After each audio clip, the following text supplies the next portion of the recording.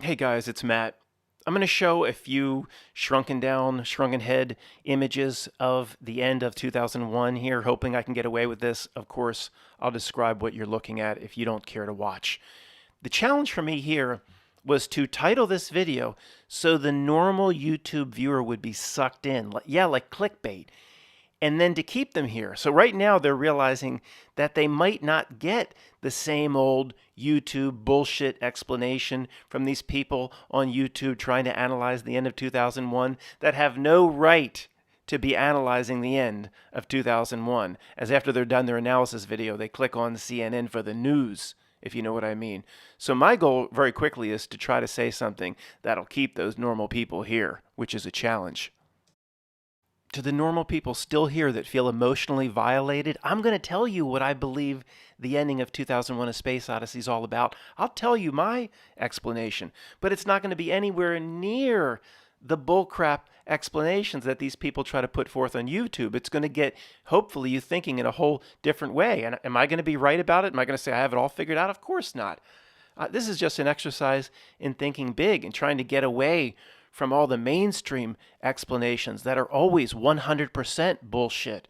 So when you look at this, there's two levels of which need to be considered. One, what Kubrick himself was trying to convey, and two, what actually is being conveyed. If you, for example, read between the lines, and the one guy that stumbled upon this video is like, what?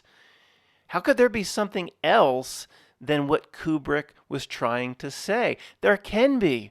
See, I can't fill you in. I can't take you into a hotel room and hold your hand for 50 hours and fill you in how there's actually messages, metaphysical messages about the truth of how existence came about, the truth of how reality works, the truth of what a human being really is, that flows through all sorts of different forms of media and art without the actual artist being aware of what that final end message is. I know that's the one guy that stumbled upon this video that's so hard to comprehend. And I can't hold your hand on a park bench for 50 hours and bring you up to speed. You just got to trust me on this. But I'm going to keep talking to you, you one guy, and ignore the entire subscriber base. Well, I'm not exactly. But I'm going to try to keep this to a level where if anybody's here because of the clickbait, they actually stay here. So we can't go too crazy or too insane too quickly, still respecting the wishes of the one guy or one girl that stumbled upon, or sorry, whatever New York State pronoun you prefer, that's still here with us. Let me throw you a little bit of a bone here. Now, am I the first one to ever discover this? I can't imagine. All I'm saying is I looked it up, I Googled it in different ways. I didn't see anybody talking about this. Never heard this before, so I'll just present it. Right after Frank Bowman goes through those swirling portal of lights at the end. It's just forever. You know, if anybody was unfortunate enough to take their little kid to see 2001, I think because it's rated G, after like 15 minutes in the light tunnel, they're like, Mommy, I want to go home. You know, they're like, it's so long. I mean, unless you're absolutely fascinated by this movie, the damn light tunnel at the end it takes forever. I mean, people will be really upset they didn't bring their whole cache of drugs into the theater with them. But at some point when it's all over, half the theater's already left in 1968. You have this strange scene at the end where the pod is sitting in this room with an incredible futuristic floor, but an old world decor of furniture. And Frank Bowman sees himself. He sees himself as older, oldest, and then after being looks like he's about 150, turns into that baby in a bubble on the bed, which everybody that reviews 2001: A Space Odyssey, it makes them sound very intelligent. They talk about the Star Child. The Star Child is born. And it's like, if you ever could ask them, well, what does that mean? They'll be like, well, I don't know. Sounds good, though. Frank Bowman eventually becomes the Star Child. Well, what does that mean? Okay, so what appears in this scene, if you can't see it, don't worry about it. The pod is in the room. The audience's attention is out the pod window. Very briefly, maybe it flashes for a half second on each side. It says non-function on the screen there, but Stanley Kubrick, has that reputation for details on all levels. Everything is intended or has a meaning, and I don't think it's a coincidence that non-function on the left screen just happens to have the first two letters, the FU, and part of the N is exactly cut off, where to me the mind sees nonfiction. So what you would interpret that if you didn't know anymore from except that screen and you didn't see the other screens, you see non on top and then ICTION. And most people would interpret that as nonfiction. You only see that it's nonfunction by looking at a screen flashing in a similar sense on the other side. Again, it's very brief, a half second each, and not even one half of 1% of the people that saw this movie in the theater would have noticed that their attention is out the window. But I don't think, of course, this is a coincidence. Just happens to be cut off, so your brain interprets it as nonfiction. This was Stanley Kubrick's intention. That what you're about to see here, this bizarre, strange-ass scene, to Kubrick is real. It's nonfiction. It's not fiction. It's real shit. So that is on purpose. And again, I didn't see anybody writing about this, so I wanted to point that out first. In this section, I want to talk about the food and the big part that it plays in 2001: A Space Odyssey. Considering I think there's only like 40 minutes of dialogue in a movie that's like 2.5 hours long, and there's an inordinate amount of food or eating. Just there should be in a movie like this one little scene, but there's 3 scenes. There it looks like he's eating baby food, and that relates to the theme of, I think, of what's being presented. And then he's on the Pan Am space flight, and you have to suck your peas and suck your carrots, and it's all comes out via straw. But I don't know if it starts with this scene, but this scene's the most important in terms of what I want to present. Okay, if you can't see the images related to the theme I'm about to talk about, scene here, it looks like he's eating baby food. Like it's a green square of mush, like a Gerber smashed up. Looks like the carrots could be orange, and everything's separated for space. But it absolutely is presented like baby food. As on the Pan Am flight, he has to pull out a straw and suck the flavor of the peas. The images are very cartoonish, very much like baby food. And it relates to this main scene about food here, where I guess this is probably when they're headed to the moon base from the space station. All this complicated, sophisticated technology. At this point, they've got the HAL 9000 in the works. The Jupiter mission hasn't blasted off yet. I guess that was 2 years later. But they have a whole moon base, and the guy breaks out meat sandwiches. Meat sandwiches. I mean, as Kubrick is basically saying, he's saying, who wants ham? Who wants turkey? Who wants tuna fish? Something like that.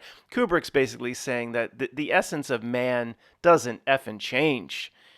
So what if you've got all this sophisticated technology and stuff like that? You're still a vampiric carnivore. You got to break out your ham sandwich, and you're doing the same stupid shit. You haven't evolved yourself, even though the technology around you is evolving. And this is a repeating theme.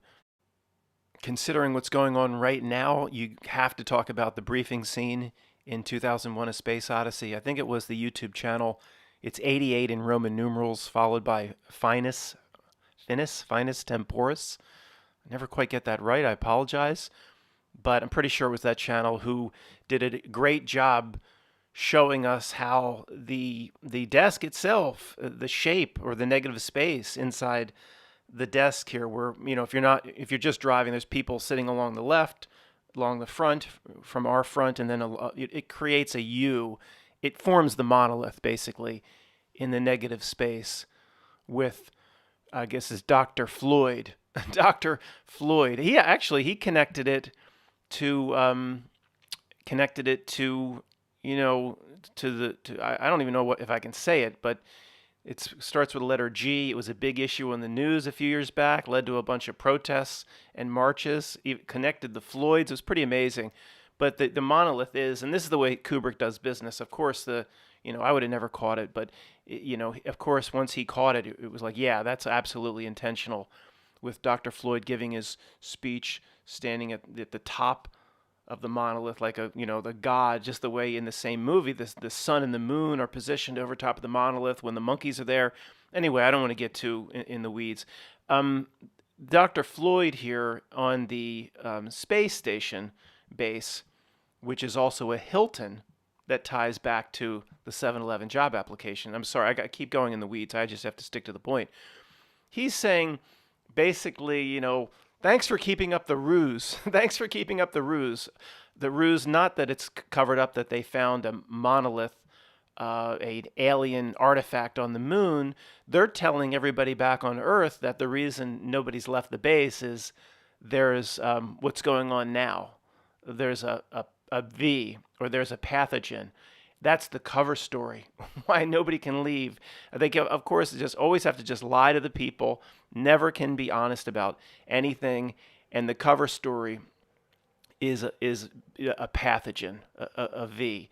And on its own, it wouldn't be that significant, except there's a huge relationship between 1968, the day they broke ground on the WTC, and all the the gematria and the numbers that go along with not 7/11, but the other numbers that go along with it for 1968 that all tie into 2001. You've heard me present it a million times. 2001: A Space Odyssey. The date itself predicts the event. The 2 into 1. The 1968, the 33 years to all that stuff. But then what's amazing is we have another major theme carried forth in the same movie. We have the second. So there's been some recent big submissions of the 7-Eleven job application, and we're going through the second submission right now. Now, could you imagine what the guy that stumbled upon this video after I just said that? He's like, what the hell? What did he say? Honey, come listen to this. See if you can help me interpret that. It's a whole, to the one guy or girl or whatever, we have to use a whole series of hobo code because we're in America, where we were told from birth where the First Amendment is paramount over everything else and freedom of speech reigns supreme. We're not allowed to speak freely. So see why we have to do that. We're not just insane. But you have this theme, and the double theme carries forth.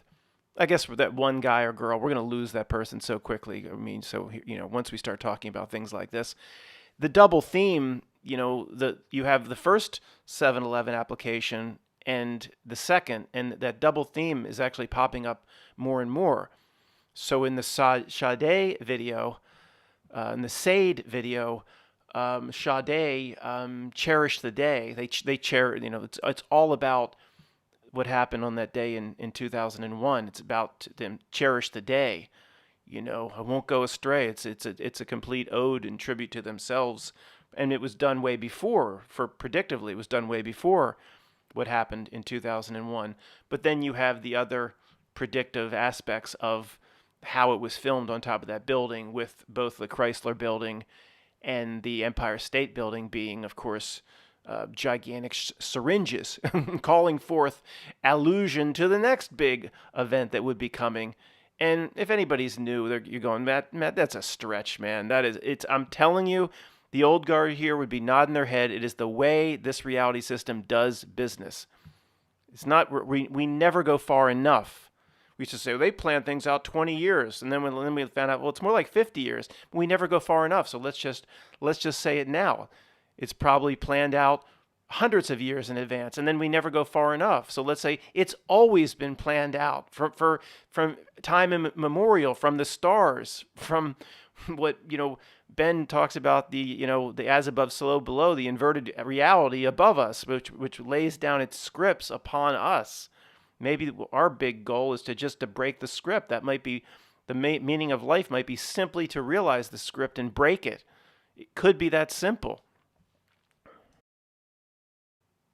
One more thing, one more scene here before specifically talking about the ending and the what could be infinite number of interpretations put forth in the last, say, 15 or 20 minutes of 2001: A Space Odyssey, no matter what Kubrick intended.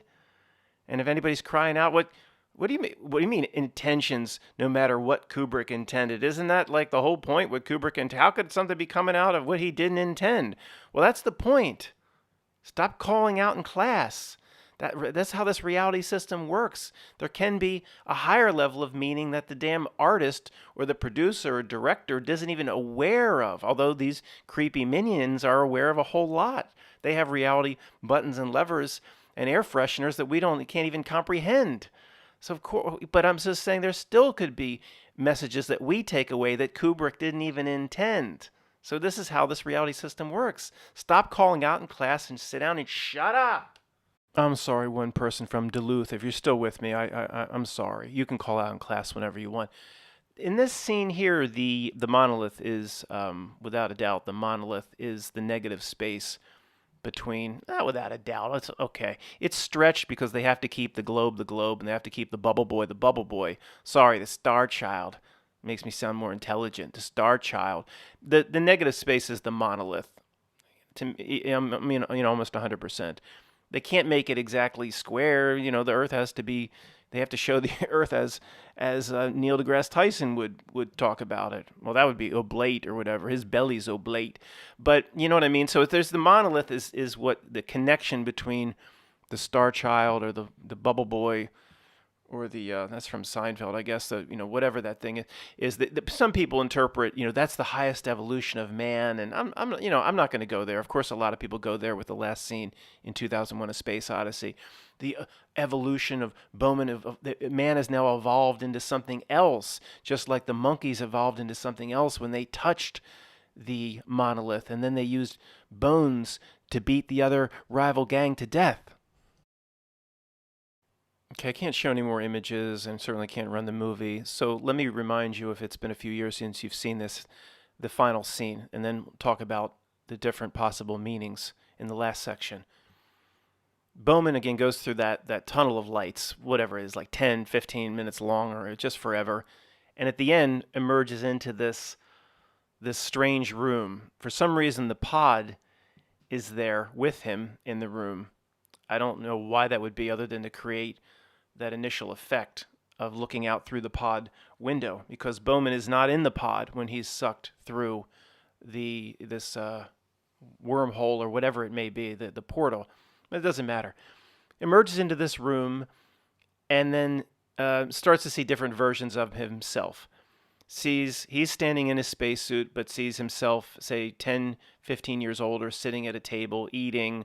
His back is turned, but Bowman recognizes it's himself.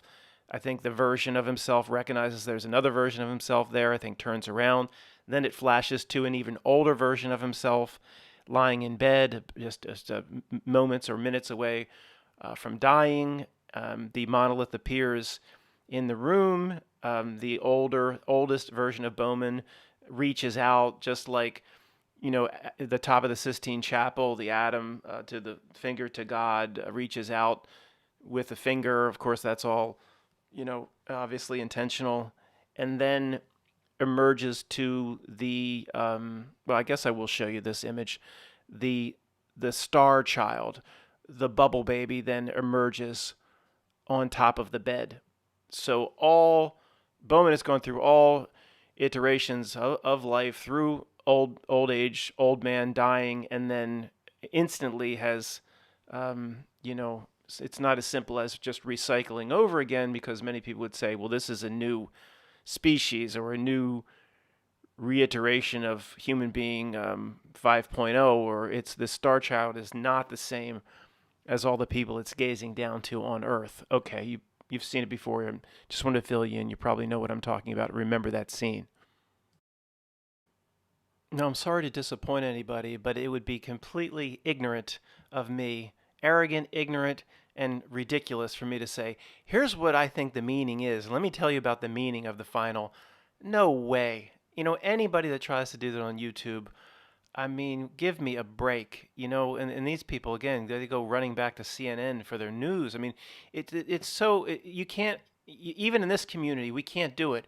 All you can do is notice certain things that help you maybe interpret the world a little bit better for yourself, that helps you understand yourself a bit. And whenever people have quoted Kubrick saying that, of course, it's meant to have different interpretations by different people. People can take different things away from it. There is no one Whenever I've heard those sorts of explanations, I do agree that maybe that was a lot of what he's going for. There is no one interpretation. And if anybody does a review where they're trying, I mean, I saw a review where someone says, oh, and Bowman drops the glass off the table, and the glass represents the fragility of the human body, but the spirit goes on. Come on, give me a break. You just have to notice certain things and come to certain conclusions for yourself. Let me give you an example. Yeah, we spent this much time listening to this bull crap, and he's not even going to give me the answer at the end. I can't know if you expect an answer, you have work to do. Do you really expect me to tell you what the ending was all about here? I mean, come on. The one guy in Duluth is all upset. He's starting to reheat his bathtub. Sorry. So notice certain things. For example, why when a reviewer talks about the monolith being, oh, this is the ascension of man, and touching the monolith, then they evolved, the Darwinian evolution of these monkeys, then they were able to use tools, and so it's always presented, not always, but in a lot of these reviews, it's presented as a good thing, the monolith. Always, at the end, it's a star child, the ascension of man. It could be just the opposite. To me, it's more the opposite. It's a bad thing, a bad thing. So the monolith could represent the dark reality that stands behind the screen here, or Satan, or whatever your belief system is. What happened to the monkeys after they talked about, and I know if you're listening, Nige broke down the beginning scene with the monkeys about Nigel in China, how Genesis in the Bible talks about two separate creations. I don't get into that here, but he has some interesting theories. Two separate creations, the creation of real human beings, the creation of Adam, two different things. So that Nige used the beginning of 2001 to help explain his theories there. So it's basically endless. But so why is it a good thing touching that screen? Did they really evolve, the monkeys? Not according to what I see Kubrick presenting here, no. What did they do immediately after they got this evolution of touching the screen and the monolith, and they advanced? Oh, they used bones to kill their rivals and their neighbors. Now, yeah, they did shout at each other. They shouted at each other and tried to back each other down from the disgusting, muddy drinking pool. But they didn't. They weren't. It was clear they weren't killing each other in the beginning. It was. It is like Nige's Genesis 1, the biting of the apple that brings sin in. That now they kill. There was no evolution of great thing touching the monolith. The monolith, people review this movie, say the monolith granted man a new intelligence, or, oh yeah, great. So immediately, first thing he did was he went out and killed. Yeah, that's wonderful. Where before, they clearly show the monkeys living in harmony with those little Vietnamese potbelly pigs or whatever those things were running, completely living in harmony with the omnivore animal life around. Yeah, the monkeys were attacked by the leopard and cheetah. One was killed, but that's the animal kingdom. They weren't part of they became part of the animal kingdom after touching the monolith. They weren't. They don't show them hunting the leopard. The leopard was hunting them. There was a separation. The monkeys, living in that cave, picking poop out of their ass didn't seem too glamorous. I know, but you could almost argue that was more advanced. Ken, you get the point. They went out and tried to recreate the scene in Michael Jackson Beat It, but they really did beat the rival dancer with a bone and killed the poor thing. So this is a de-evolution. And then this Kubrick tells you in different scenes, man hasn't changed. Give me the ham sandwich. What kind of meat sandwich you have here? All the technology around, and nothing's changed.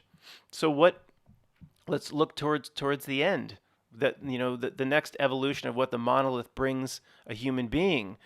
Bowman aging, reiterations of Bowman, old man dying, puts his hand out to the monolith.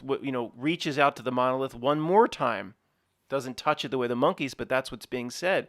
The old man, like the top of the Sistine Chapel, reaches out to the monolith, like the monkeys, one more time, and assumed to touch it or merge with it. Oh, and it's such a good thing. The bubble boy is birthed. Well, how do you know it's a good thing? That could be a psychopathic Hitler type in that bubble. You don't know what's in that bubble just because it looks benign. It could be, plotting the destruction of it. It's staring down on Earth like it. Who knows? Okay, you can't assume it's a good thing just because it's a little baby with the big buggy eyes that looks like it's a more advanced creature and it's in a bubble. So the hardcore evidence we have from the monolith is negative, not positive. Another negative aspect associated with the monolith is a strive towards technology. So the monkeys use to learn tools. Oh, that's such a wonderful thing. That's their technology. That's their high tech. That's their Windows 10, the bone uh, tool or the bone weapon. But the monolith and the pursuit of the monolith leads to higher and higher technology, which leads to death. That's what Hal kills everybody.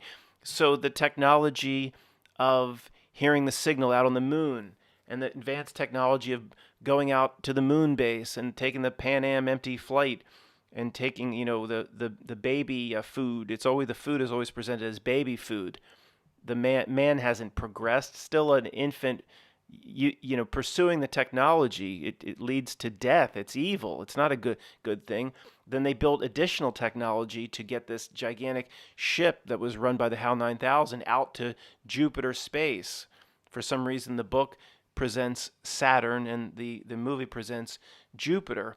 But apparently, Arthur C. Clarke wrote the damn book alongside Kubrick. It wasn't like Arthur C. Clarke's book that Kubrick took. It was done at the same time. So I'd have no time and patience to dive into that nonsense as to what all that bullcrap was about or why the Saturn's presented in the book and the astrology that runs through that. Who cares?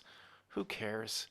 I'd be interested if somebody wanted to do a video on it, but I'm not going to pursue this any more than I already have, or might just presenting these basic thoughts, and then we'll move on from this. Because it is an endless, it is part of the distraction of this reality to a degree, unless you really use it the right way.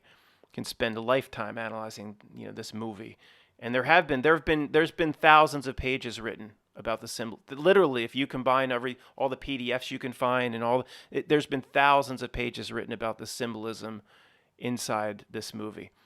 So they continue to create more and more tech until the tech kills the crew, just like Event Horizon. Lawrence Fishburne, Doctor, your ship killed its crew.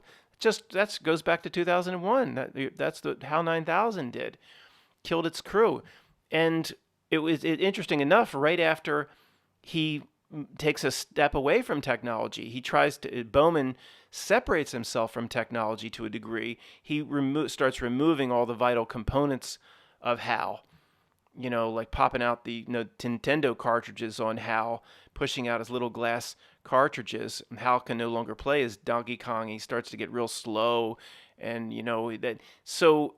maybe that the anti-tech could be a message from this movie, where if you see the ending as a good thing, or the Star Child and the final scene as a positive, and going through the portal as a positive, that only happened right after he disconnected HAL and said no more of this technology crap, and took a step away from the endless pursuit of technology. Only then did he go through the portal and get to. To me, that room at the end is not a positive place. It looks like a prison to me, but some people interpret the whole final scene as this, positive thing, the next evolution of mankind, the Star Child, and all that. So if you see that as a positive thing, I just want to point out that the thing that led to just moments before he started going through the tunnel was the separation from technology, saying screw you, Hal, and disconnecting the damn thing. Again, I don't have the answers. How am I supposed to interpret the end of this? But what really jumped out at me the last time I watched it is, why is it such a positive thing? What's happened to Bowman? There's not one shred of evidence that what's happened, the pursuit of the monolith, going all the way back to the beating back into the story of Darwin's evolution and all that nonsense, going all the way back to primordial man, which is just complete nonsense anyway, and pursuing the monolith, trying to touch it, pursuing what it wants. There's not one thing positive that came from it, at least as the movie presents it. There's no utopia on Earth where everybody's getting along perfectly. It's the same scheming and plotting. The only sense of what's going on at Earth is we only see there's not much dialogue. If Earth was this incredible utopia where everybody was loving each other, and just like Star Trek presents, people had all the time in the world to pursue the arts and whatever they can use to self-actualize. You can assume that's what's going on back on Earth. We don't have any evidence that Earth is a great place based on, excuse me, based on this movie. In fact, all we get is just the opposite. We get a briefing where they're lying and they're doing the same old thing. They're going to lie to the people and cover it up. We can't tell them this. We can't tell them that. Tell them it's a V. Tell them there's a sickness up here. And I appreciate you holding up the cover story. Same old lies. That's the evidence we get. Why would we think anything on Earth is a utopia? And then we get that uncomfortable conversation where, I don't know, 3 or 4 other scientists are waiting for their flight back to Earth they're on the space station. And then it's like standoffish with Dr. Floyd. They act like they like each other, but then like, Dr. Floyd, tell us what's really going on. I can't tell you. It's classified. I can't tell you. It's classified. Oh, do call me if you ever make it to California, Dr. Floyd. Oh, I will. Just same petty bullshit. There's no, it could be the worst parts of that horrible Matt Damon movie Elysium down on Earth. We have no evidence things are better from the pursuit of this once this monolith came, the pursuit of the monolith. All we have is the opposite. We have lies and death.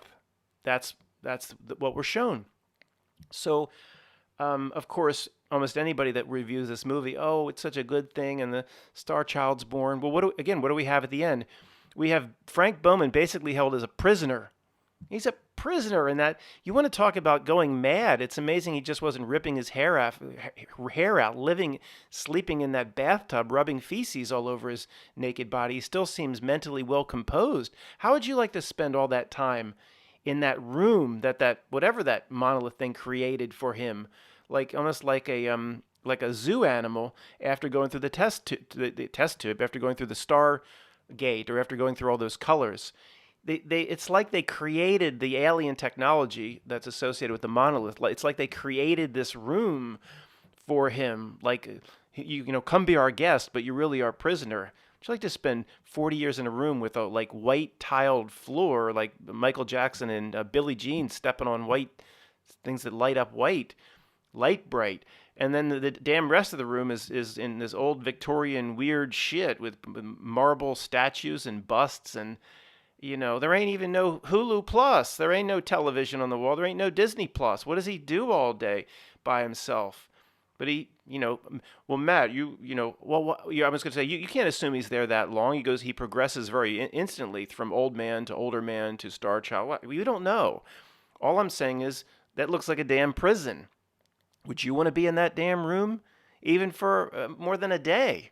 He could have been in there for 40 years. Constantly seeing projections of himself. How fun would that be? There's nothing positive about it. All right? Nothing positive about it. It ain't like going to Riza for Gramajaron. It's stuck by yourself in this white room that some alien entity constructed to keep you occupied. There ain't no PlayStation. So, fine. At the end, he dies, and then a baby in a human form emerges. So what if it has big buggy eyes? You just assume that's a better iteration, and that thing in the bubble is seen overlooking Earth, or to me that's a return to Earth. Are they gonna?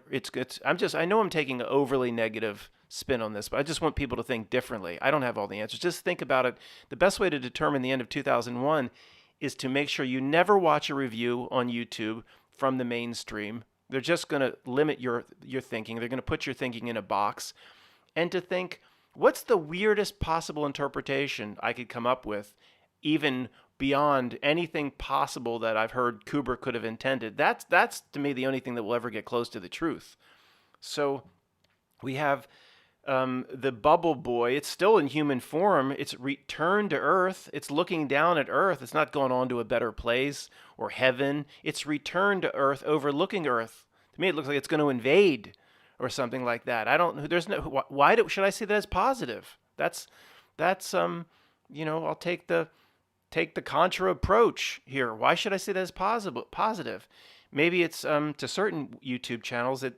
Maybe it's a spirit trying to incarnate back into a body. The archons are trying to push it back into a body. What people talk about, the Saturn moon recycling trap. Maybe that's why Arthur C. Clarke picks Saturn. Looks like it's trying to get back into a body to recycle back here. And maybe it is human being 10.0 or 100.0. But is that the version of the human being that believes, that puts the whole world into a mask in 4.5 weeks or 5 weeks and believes every bit of what Wolf Blitzer believes, puts on in his Situation Room? So sorry, I don't mean to be overly negative, but there ain't one bit of positive other than the glow and the nice music. And you just can imagine wonderful. Matt, it's up to us to picture and imagine, and through imagination comes creation. Imagine the wonderful things. I agree. I don't mean to put these negative thoughts, and I'm just saying the negative thought, I mean, the thing would be for the human being, you want to be positive, to not pursue the technology. Why should I pursue a monolith, some alien intelligence that the first time it was here? I guess I would never know that if I'm a scientist that discovered the damn thing on the moon. But the first time it was here, it led to warring factions and death. The thing is to not pursue it at all. Just go about your business and self-actualize. Worry about yourself. Get yourself out of this trap. Pursue this black eerie thing. If it was friendly, it would have come in the form of a big flesh handshake or something. It's this big black thing that it looks menacing. So what, the pursuit of it, I'm just pointing out, there's nothing here that says that was a positive thing to Bowman or the entire human race. And then what is okay, 2000 and who knows what truth comes through 2010, which is a pretty interesting, fun movie. But there's nothing great there. So Jupiter becomes another sun. There's another sun up in the sky. And for a few weeks back on Earth after 2010, the Russians are no longer staring down the United States in terms of nuclear war and all the, remember 2010? It's an interesting movie. But per man and man's nature, it's going to go back to its warring ways of death just weeks after everybody comes together. There's nothing positive in 2010. So Jupiter becomes another sun. That just means that, the temperatures went up 10 degrees and Miami Beach hotel rooms get cheap because nobody will go down there past February and March. So you understand, guys. Just don't, always see it. If you want to get close to the truth, just get as crazy and as wacky as possible and whatever your inner knowing tells you. Never what some asshole reviewer like me tells you. Thanks. I'm not a reviewer, but you know what I mean? Like, I was kind of more pointing out, like, the regular reviewers that think they know something. I don't know much either, but at least, we can see through some veils, the people on this crazy section of YouTube.